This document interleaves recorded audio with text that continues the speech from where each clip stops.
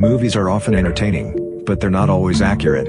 Understandably, many filmmakers are more interested in creating dramatic stirring films than they are in providing accurate information. After all, they're entertainers, not educators.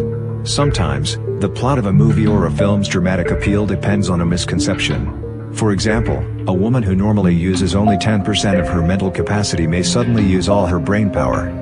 As an instant genius able to perform marvelous feats, she is a much more intriguing character than one who lives an ordinary life.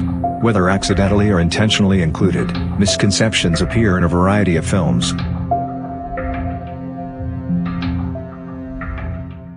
The French science fiction film Lucy revolves around the idea that people use only 10% of their brain's capacity. Lucy, portrayed by Scarlett Johansson, is a young American woman living in Taipei, Taiwan when gangsters kidnap her and force her to serve as their drug mule. When she accidentally consumes part of the illegal substance she's smuggling, she becomes an instant genius with amazing abilities she's never had before. The premise that Lucy could develop superpowers simply by employing the 90% of her brain that would normally go unused is based on the persistent misconception that a tenth of our potential brain power is all we typically put to use. On the National Public Radio program All Things Considered, hosted by Eric Westerveld, neuroscientist David Eagleman discussed the misconception with Morgan Freeman, who played Professor Samuel Norman in the movie. According to Eagleman, the notion that we use only a tenth of our brains is a fallacy. In fact, we use 100% of our brains all the time. Ariana Anderson, a researcher with the University of California at Los Angeles, said on the show that anyone who actually used only 10% of his brain would probably be declared brain dead. Eagleman suspects that the myth persists because people want to believe they can greatly improve. Although it's a misconception, the belief that 90% of our brain power remains untapped is the neural equivalent to Peter Parker becoming Spider-Man, he said.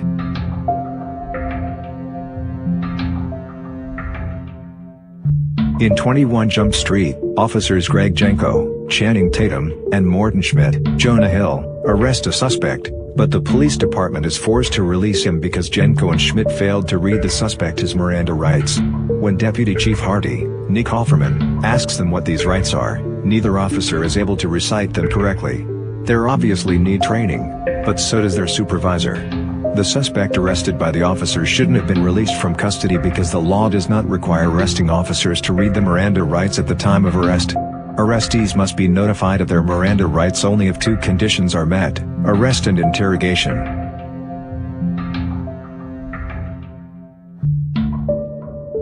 In Double Jeopardy, Libby Parsons, played by Ashley Judd, has been framed for killing her husband who's very much alive. She receives the following legal advice from a fellow inmate: since Libby has already been convicted of murdering her husband, she can now kill him with impunity. The Constitution's protection against double jeopardy, which prohibits a person from being tried twice for the same crime, prevents her from being held accountable for the act. Although Libby believes this misconception, she shouldn't have. Constitutional attorney and author John W. Whitehead explains the nuances of the law as it applies to Libby's situation. The prosecutor stated a specific time and place for the crime. If she had actually killed her husband later in the movie, it would have been in a different city and time, making it a different crime. Therefore, double jeopardy would not apply and she would be accused of murder.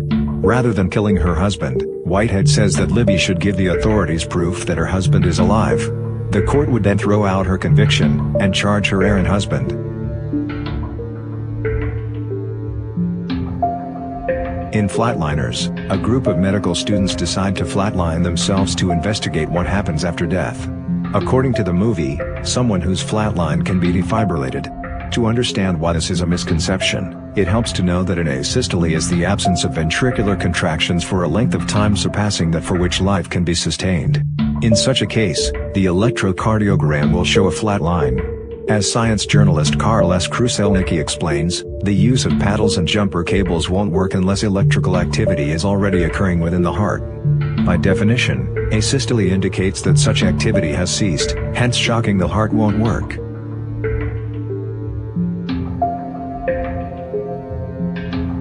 Peter Benchley, who wrote the 1974 novel Jaws that inspired Steven Spielberg's 1975 movie of the same title, regrets having written the bestseller. At the time he believed that man-eating rogue sharks existed, but he has since learned that they don't.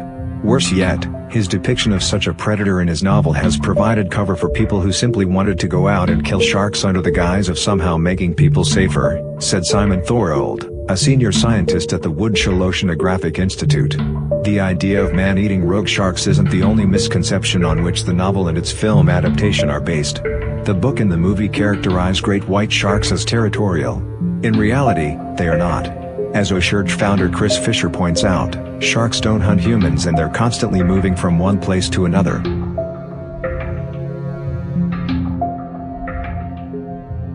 Author Michael Crichton outlined his 1990 novel like this. Jurassic Park is based on the premise of scientists successfully extracting dinosaur DNA from the thorax of preserved prehistoric mosquitoes, cloning it and recreating and breeding a variety of dinosaurs to roam a theme park. Steven Spielberg's 1993 film adaptation of Crichton's novel is based on the same premise. Unfortunately, it's unscientific, although the misconception is one that many continue to believe. A team of scientists at the University of Manchester studied insects preserved in copal, a resin from tropical trees that has not become fossilized amber yet. Although the copal samples were 60 to 10,600 years old, they contained no ancient DNA. As a result, it would be impossible to clone dinosaurs in the manner in which they were supposedly recreated in the movie.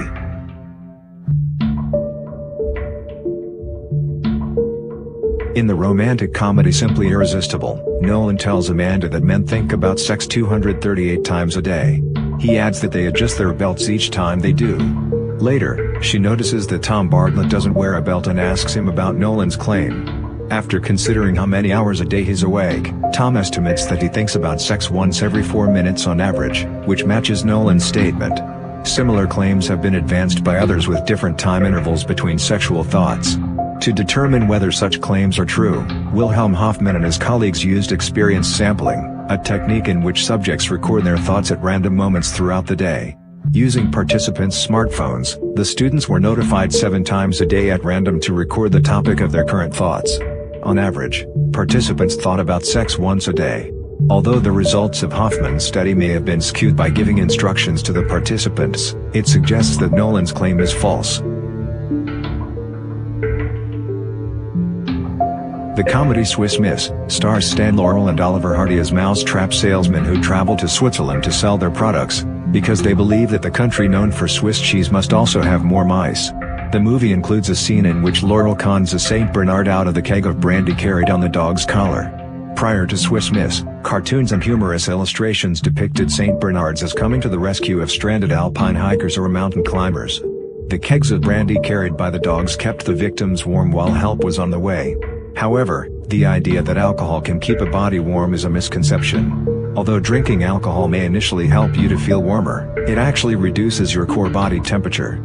So if you drink alcohol while stranded in the snow, you could suffer from deadly hypothermia. For decades, movies featuring Vikings have shown Norse warriors wearing horned helmets. The Viking is only one of such movies based on the mistaken idea. The misconception probably began in the 1800s when illustrations of fierce Scandinavian warriors showed them wearing helmets adorned with horns. The Viking costumes designed for Richard Wagner's opera The Ring of the Nibelung included horned helmets, which may have led to the stereotype. In reality, no evidence supports the idea that Viking helmets were equipped with horns. In illustrations from the Vikings' time, they are shown with bare heads or wearing simple iron or leather helmets.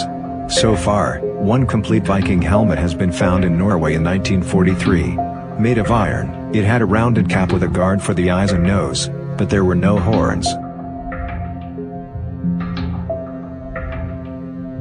The misconception that fingernails continue to grow after death appears to have been popularized by The Tingler, in which Vincent Price plays pathologist Dr. Warren Chapin.